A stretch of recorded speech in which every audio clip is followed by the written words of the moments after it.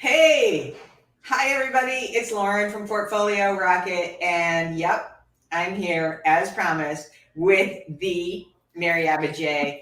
And I am so excited. Long story short, I won't go into too much detail. I met Mary. She was doing a breakout session at Chicago Booth. And gosh, what an impression. And it has just been such a pleasure to reconnect. And I never forgot what she told me, which was, Lauren, no one is going to save you. And that actually brings us to today's topic in terms of managing up. Mary, thank you so much for being here. And please introduce yourself and tell us just very quickly, like, how and why did you get into this juicy topic on managing up? Well, Lauren, thank you so much for having me. It's such a delight to reconnect with you after what has it been like 2 years pre-pandemic, the Boost School. So I'm so happy and excited and proud of you for all you've accomplished. Well, hi everybody. I'm Mary Abbajay, author of Managing Up. Shameless self-promotion, people. I got interested in this topic because I've been doing consulting for organizations for about 20 years. A lot of teamwork, a lot of training, leadership development. And I just kept hearing all these people complain about their boss and their bosses complain about them. And I'm thinking, people, it's not that difficult. And so I did a little research and I was like, oh my gosh, no one is talking about managing up. So a few years ago, we started a program on managing up at CareerStone, and it turned out to be like our most popular program. And then I turned it into a book. I'm really passionate about it because I'm really passionate about people taking control of the workplace experience. And I'm really passionate about helping people own and manage their career. And if part of that success relies on having a boss that you can work well with, then I'm passionate about helping people create the great, robust, productive, and positive relationships with their bosses so that they can succeed, their boss can succeed, and the organization. So I just want people to have a happy work life. Oh, gosh. And I think we all do. And I actually disagree with you. I think is not so easy. It is that difficult. And it was for me, I can promise you that. But I think that the bigger thing and what I'd really like to dive into is, even if managing up is a piece of cake, even if it is, which I don't think it is, theoretically it is. how is it changing now? And what are some of the newer challenges and situations that we should be aware of, and how to overcome those challenges and mitigate any kind of impact that would have on the relationship? Yeah, and that's a great question. So in the past, say pre-pandemic, our biggest challenge, one of the biggest challenges with bosses is that they're not always very good at being bosses, right? Because organizations continue to promote people based on their technical skill, not their ability to manage people. So the odds of being good at it are kind of a crapshoot. We also know that most managers aren't trained as to how to be a manager until after they've been a manager. So they kind of wing it, right? And we also know a lot of managers have never wanted to be managers, but the only way to get a promotion or to get more salary or to get that corner office is to go through management. So we had those dynamics at play already, making it kind of a crapshoot whether or not you're going to have a decent boss. But you lay on top of that the remote management.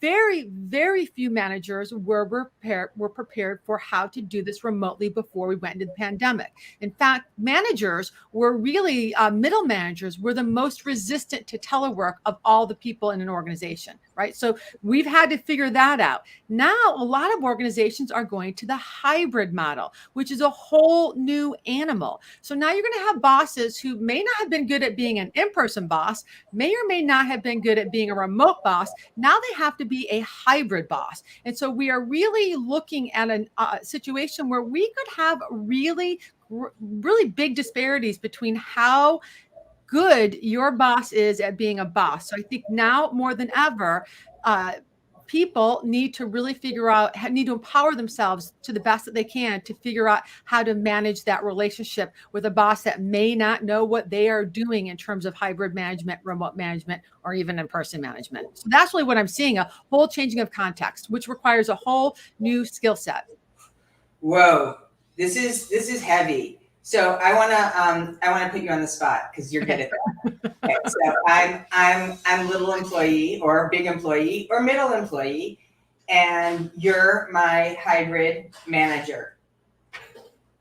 What should I not do, and what should I change or adopt to better manage up now that you are, partially involved in my life? I'm seeing you sporadically. I don't necessarily know your schedule. I think I do, but you also may have other responsibilities like aging parents or kids. What should I be aware of so that I don't screw up the relationship?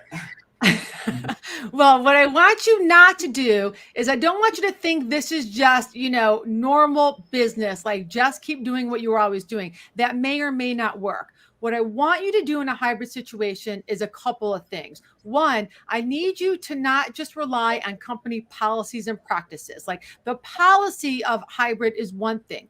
What it looks like in practice is quite another thing. So I'm going to want you to really sit down and have a conversation with your manager. What is this going to look like? I need you and them to really articulate the needs, the wants, the expectations. What works for you? I want you to get really granular around how are we going to run our meetings? What's our go-to mode of communication? What hours do you expect to be working? When do you want to see me in the office? Don't just say, I'm going to be in the office Tuesdays and Wednesdays. Really check with your manager what that looks like. I want people not to rely on, like, you definitely want to use shared calendars, but don't rely only on shared calendars. So I want you to have a conversation and create a plan with your direct manager so you are aligned in each other's needs, expectations, wants, preferences, and priorities. I also want you to ask them about what are your concerns about the hybrid? What worries you? What are your pet peeves about hybrid work or remote work? Like, really get to know what you're dealing with. The key to managing up is to know your boss's preferences, priorities, and pet peeves, to know your preferences, priorities, and pet peeves, and to assess the gap and see what you guys can do to align. It's going to be a partnership. Now, after you have this initial conversation, you're not done, because I also want you to check in. This is a new animal. Most people don't really do hybrid. So you're going to want to check in every couple of weeks around, how is this working? What's working well with our hybrid plan? What are some things we could do more of, less of, or differently? So I want you to solicit feedback among you and the team, of course, about what's working and what's not working. And the third thing I want you to do is, I do very similar to remote, I want you to really stay connected to your boss. If your boss might be ghosting or they might be disappearing, don't ghost or disappear on them. Make sure you are constantly checking in with them on priorities, constantly checking in with them on what you are working on, so that you have that communication and that check-in going on. So those are the three things I would say I want you to start doing. Okay, so I'm going to put this in the banner here. I'm just gonna tell you, I love how you make it really simple, and hopefully I am too by doing this. It looks like this: have a convo, reassess, and don't ghost. Oh my God, that's exactly what I said. You're good. So, those are, the to-dos and the not to-dos with hybrid. And then, any other really sensitive topics that we should be aware of. So, we were talking prior to the show, and I think that there is a little bit of a slippery slope. Here you are, maybe you're a new employee. Maybe, I don't want this to happen. I don't think anybody does, but there's a lot of talk of another wave with this Delta variant, right? And so hopefully we've been able to glean some best practices from Corona. But going forward, there are a lot of people that may be starting new jobs third or fourth or first quarter of next year that could be susceptible to working with a team and a boss, and excited, maybe overzealous about what they're doing, and stuff is happening with their boss. So what if you can't necessarily even do 1 and 2 because there are things that are going on? Yeah. So I would say this, if you can't do one or two, and I believe that usually you can at least do one, have that conversation, or at least try to have it. The other thing to do if you're new in your job is to ask the people who are already working for that boss, like, get a little like, help me out here, Lauren. How does so and so like to operate? What's your best practices? What have you found that works for you? So do, if you can do a little recon, if you will, with the team. Don't be afraid to ask other people for help on your team. If you are new, you want to really be building relationships, which is something else I want to say for those of you who are new or those of you who are not new, is that I want you to think about, if you're hybrid, I want you to think about the face time that you're going to have when you go into the office. One of the things that we lose by remote work is that kind of quicker relationship building. And by the way, I'm a big fan of remote work, but we build bonds as human beings much more quickly if we can actually see people, have a quick cup of coffee. So when you do go into the office, and I do think that you should have some face time, I want you to be very deliberate about how you use that FaceTime. In other words, make time when you're in the office physically to connect with your boss, connect with other leaders, to connect with your colleagues, connect with other people in the organization. If you're going into the office and you're just closing the door like it's any other day, then you've kind of wasted some time. You can do that at home. So I want you to think about your physical office time also as part of time to reconnect, network, and build relationships, especially when you are just starting out. That's really smart. So I said make the most of FaceTime and office time.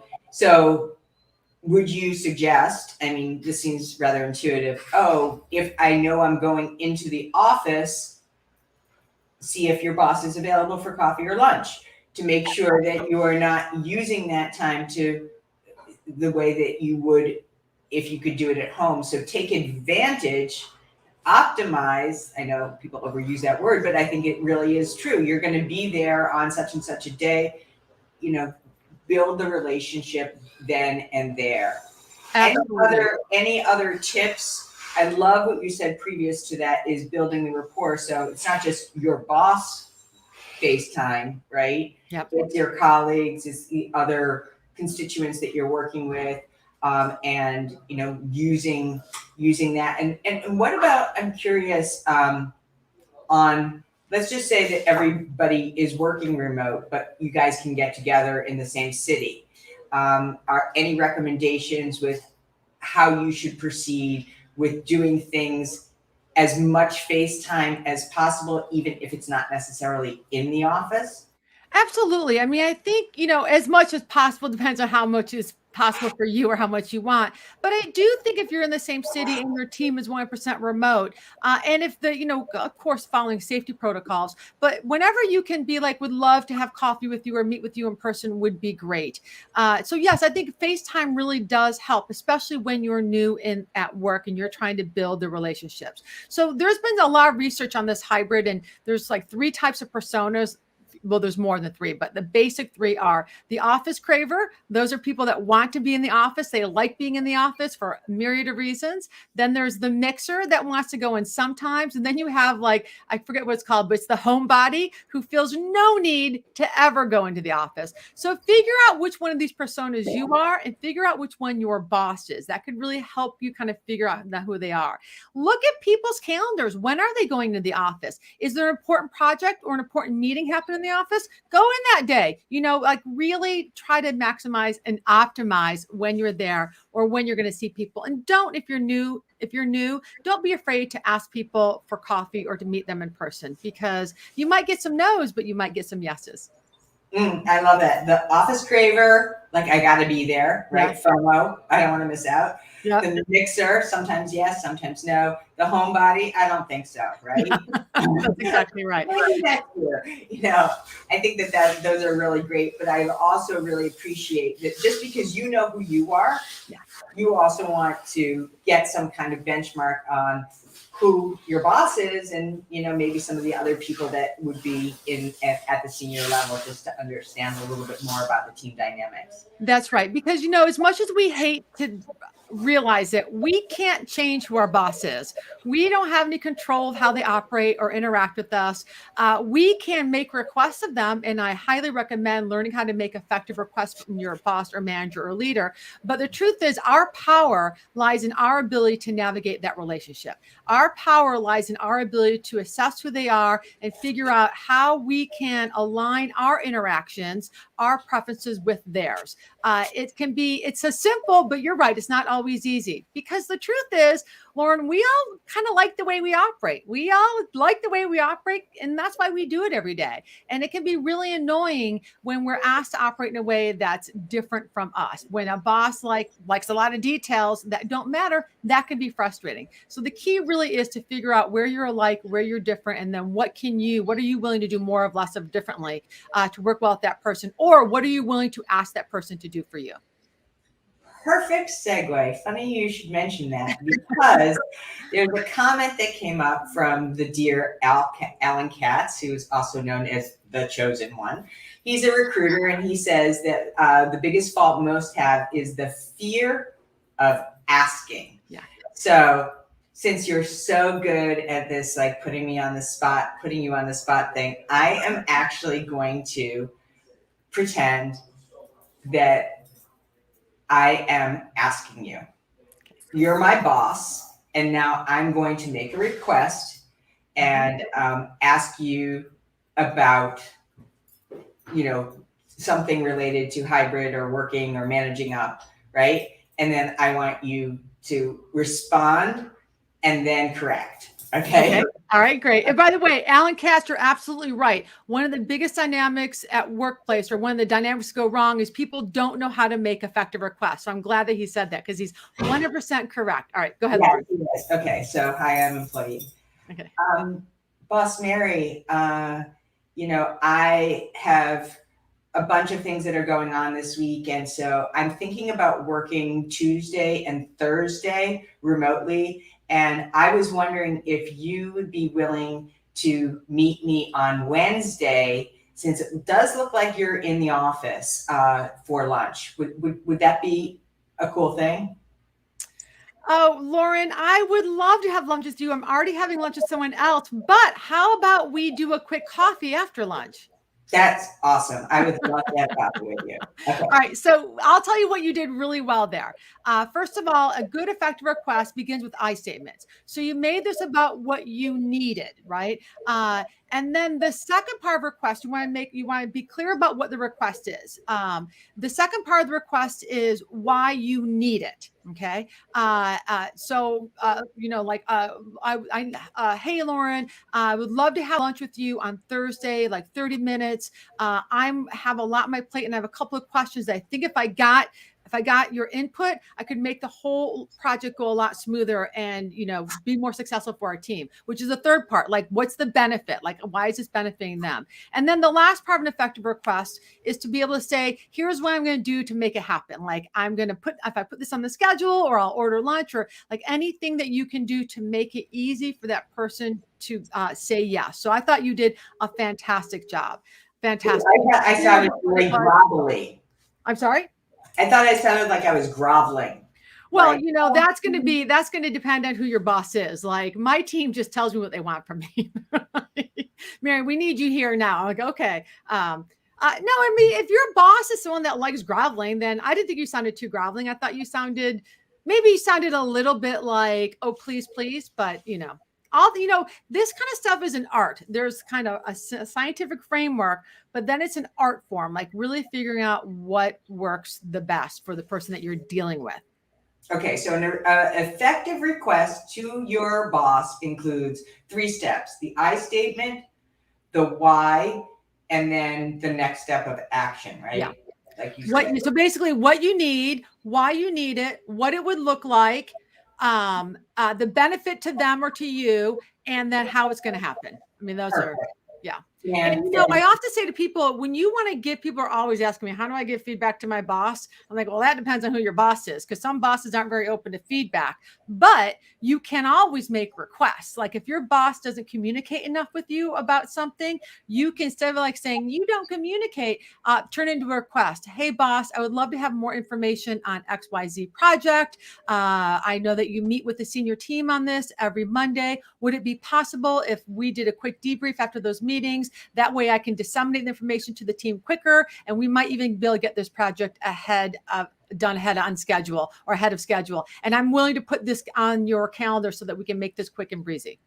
Mm-hmm. It's much better than saying, you never tell me the information I need. Right. Like this doesn't really work that well, right? but it's tempting because I have been in situations where my boss manager said, oh, I really want your feedback. So it's kind of like, do you really? So I really like the idea of reframing that into a request.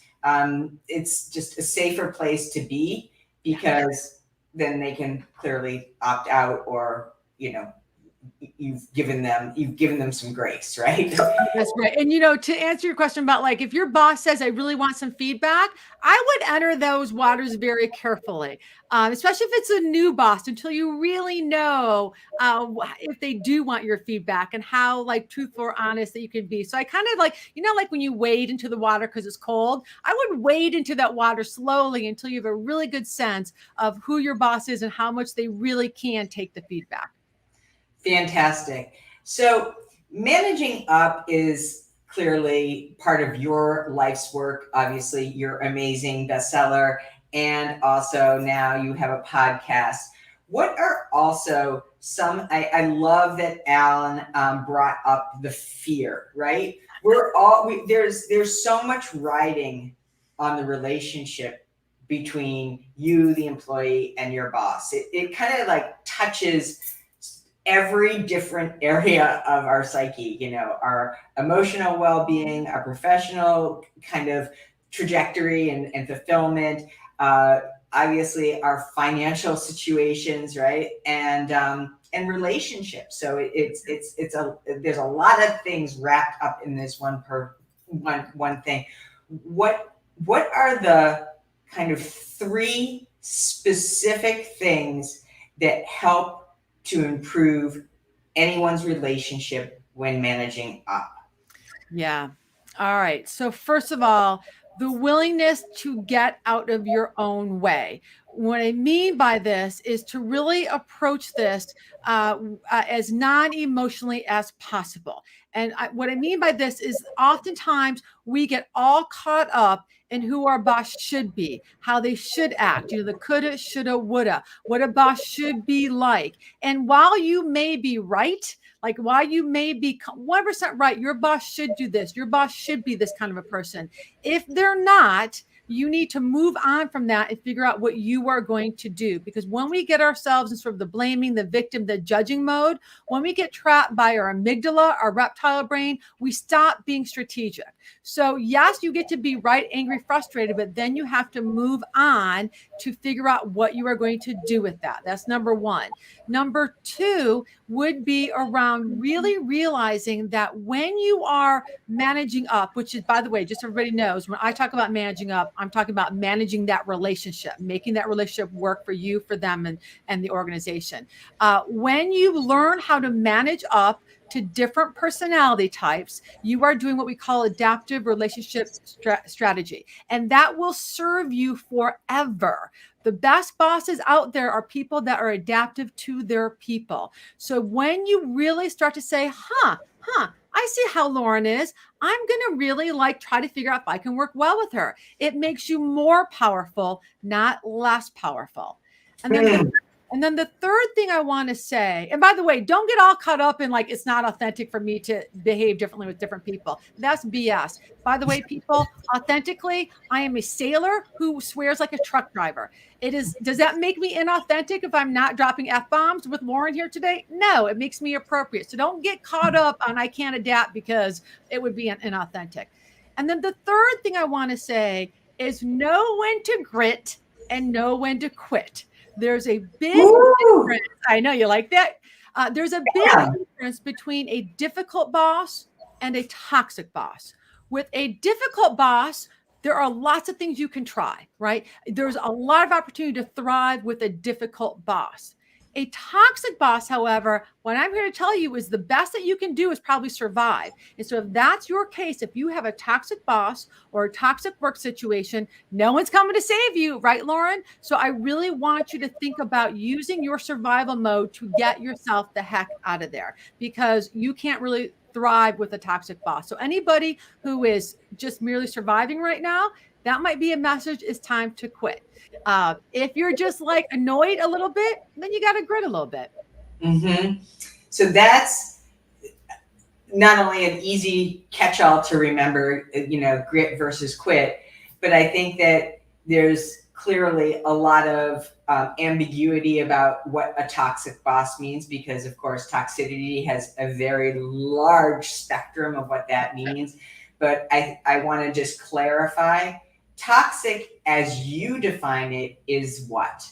A toxic box that would be like game over, like it is time to quit, would include what?